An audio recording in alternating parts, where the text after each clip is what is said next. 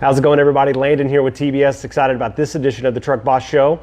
Isela, thanks for joining us as always. Hey guys, how's it going? Excited to be here with you guys, and thank you so much for tuning in. Yes, you definitely want to stay tuned because we're going to be talking about some stuff that's very controversial. Yes. A lot of heated topics here because of this awesome book that we just got done reading, Sweatshop on Wheels by Michael Belzer. Excellent read, and we're going to dive a little bit into this. So get a part of the conversation, like, comment, share. We definitely want to hear from you, and also we want you to be able to share this with your friends while you're out on the road. So Isela, we got to dive right into it because we only have a few minutes. We do, and we're going to start off, of course, this is our book number 8 on the top 10 list. So Sweatshops on Wheels, of course, a lot of the title alone, it gets you thinking different things. It's almost offensive. Oh my goodness, yeah. The first thing you think is like the images automatically pop up in my head, at least, is cramped, poor ventilated chambers with which workers they toll away, and making starvation wages by competing with one another to produce more with the struggle to compete for a really low price.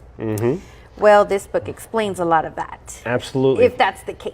It is the case, especially with Michael, because he was a truck driver himself, out on the road, OTR, 10 years, so he has a lot of experience. He does. And so he dove deep into a study of how deregulation that started back in the 70s has actually been detrimental to the trucking industry, and some possible solutions of how to fix it, hopefully here in 2018. Oh yeah, and of course, I'm going to take it back from when how this term came about. This goes back to the 19th century. It was really more of the system sweat. Originally, the term referred to pre-industrial subcontracting system, which good producers basically, they would subcontract routine work, and production, it was basically, they're the middleman. Right.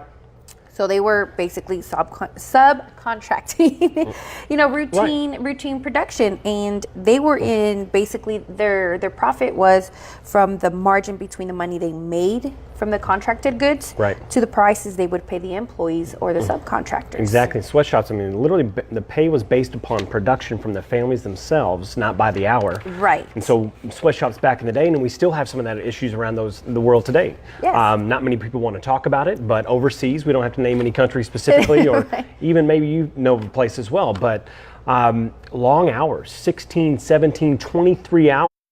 Just unfair, horrible conditions. So when he dives into Sweatshops on Wheels, he breaks it down. And really starts. So what are some of the examples that we can find in the beginning of this book? Well, what I like, it goes to the deconstructing of deregulation, despite of all the changes that the economy has. We're always going to be regulated. And I say I include myself in all this. But I like how he breaks it down.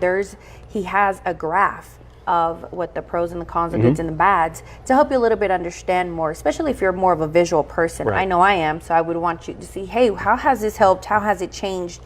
What has caused, everything that has gone on the road with the struggle, the wages that they've had to struggle with all this time. See, in the book, and I'm going to read this statement because I want to make sure I get it right, he says that in this book we have replaced institutional regulation with marketplace regulation, causing greater competition in the trucking industry. Yes.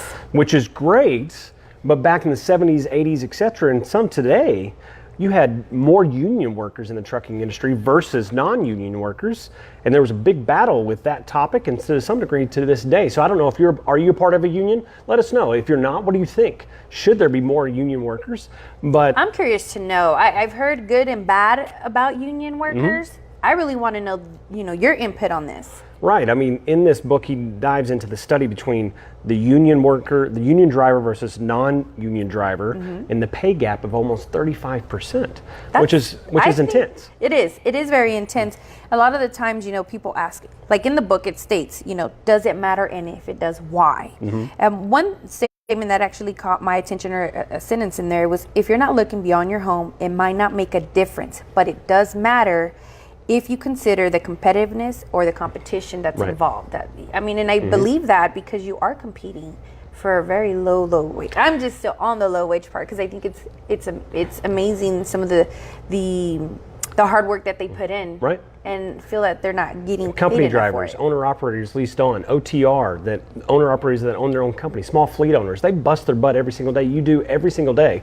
And because of competition and the deregulation that we found from then to now, has made it longer hours, unsafe at times, to where you're not able to scale your business the way that you want to, or be able to scale your career the way you want to. Yeah. And so for us as consumers, we have to ask this, and maybe you can relate to this, is at what cost do we want to see the truck driver actually be able to scale, and the owner operator, the OTR driver, be able to grow and be able to make the income they deserve? Right. And so if that's going to happen, then obviously we need to pay more at the grocery store, at the fuel pump, etc. What are your thoughts there?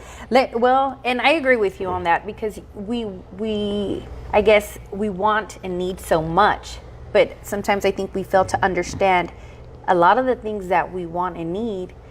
Truck driver's having to bring this to us. They don't just appear automatically, magically in the store. Everything we have in life is touched by a truck. Everything. And we're gonna take it back to when you were talking about the union. In the 1980s, Teamsters Union allowed major changes in work practices, such as flexible starting times, work weeks being, Monday through Friday kind of thing. Well, many contractors then also froze their wages, diverted automatic cost of living adjustments, wage increases to benefit plans, creating a lower wages for new hires, used employees' ownership plans, and also their profit sharing plans to hide wage cuts. That right there really threw me off. I said, wow, they really went that far. Absolutely. I think that was kind of... It's a hot topic in the book, and it dives deep into union is. Versus non-union, the benefits, the non-benefits of that topic.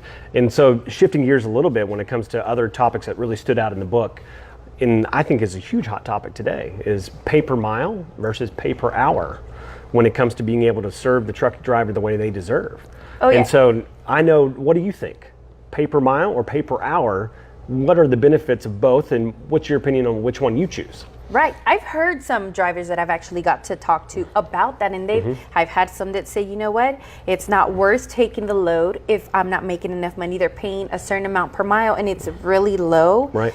And I agree with it. You talk to many drivers every single day. I have, and I do, And when they say some are per mile and some are per the load, some of them really, they'll take the time and talk to me and tell me, hey, it's not worth it sometimes. And I get it. You have to think of fuel costs. You have to think of any type of repairs if they still have a home that they have to take care of. So how are they supposed to make a living on a low wage? The benefit, I think, of pay per hour is all that non-productive time, waiting at the shipper, waiting for loading and unloading, waiting for a business to open up when you arrive a little early. And that is very common. Now we have just-in-time loads, which is huge. Right. And so that's a huge topic. Last topic we got to discuss real quickly before we finish this edition of the Truck Boss Show is hours of service. The latter part of the book, at the end here, he really dives deep into hours of service and how that shifted big time back in the 70s, 80s, and 90s with deregulation. But now, here recently, in the last couple of years, we've seen hours of service definitely at the top of the frustration list when it comes to owner-operators and more. Yeah, because they feel like they're getting cut. They're not going to make their money again. So it's a big topic. That's something we want to hear back from you guys. So please comment below. Let us know what you think of the hours of service regulation today. I know, Isela, we've talked a lot about, I would say, the hot topics, the things that are frustrating in the industry. Very important topics, but what I really respected about Michael is that he delivers some real solutions inside the book. He does. And so you'll find that very entertaining as you pick up this book and read it for yourself.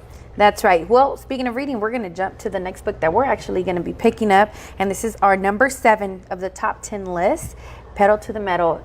I'm excited about this one. You know what? I've been excited of every single book. Very interesting read, and I'm loving it so far. I am too. I'm looking forward to this. It's going to be a lot of fun. We can't wait to bring that to you in a few weeks. But next week, where are we going? Well, we're going to GBATS, Guilty by Association, which is an event that's hosted by our guys from Chrome Shop Mafia, and that's going to be taking place. That's going to be so much fun. Yes, September 27th through the 29th. So if your guys are going to be out there, we're hoping to see you. We look forward to this event. We can't wait to interview. We can't wait to bring the drag races, the burnouts, the rodeo, the motorcycle stunt, all those kind of things. It's going to be a lot of fun, plus the good food and some serious entertainment. That's going to be a huge truck show. Can't wait to be there with you guys in Joplin.